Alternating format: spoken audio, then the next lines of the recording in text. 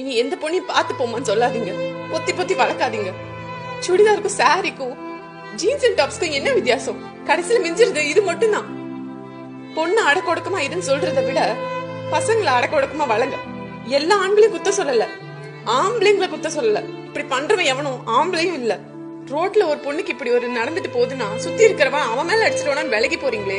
உங்க வீட்டு பொண்ணு மேல யாரும் அப்படி அடிச்சுட்டு போனா விடுவீங்களா? பொம்பளைங்களையும் தான் கேக்குறேன், விட்டுடுவீங்களா? இது ஆண்களுக்கு மட்டும் ரெஸ்பான்சிபிலிட்டி இல்ல, பெண்களுக்கான ரெஸ்பான்சிபிலிட்டி கூட. இனிமே உங்களுக்கு அபியூசல் நடந்துச்சுன்னா தைரியமா வெளியில சொல்லுங்க. உங்க ஃப்ரெண்ட்ஸ் கிட்ட, ஃபேமிலி கிட்ட சொல்லுங்க. கம்ப்ளைண்ட் பண்ணுங்க. கம்ப்ளைண்ட் பண்ண முடியலையா நேர்ல போய் அடிச்சு நொறுக்குங்க. மறைக்காதீங்க, மனசுல எதையும் மறைக்காதீங்க. மறைச்சா கடைசியில உங்களுக்கு இதுதான் நடக்கும்.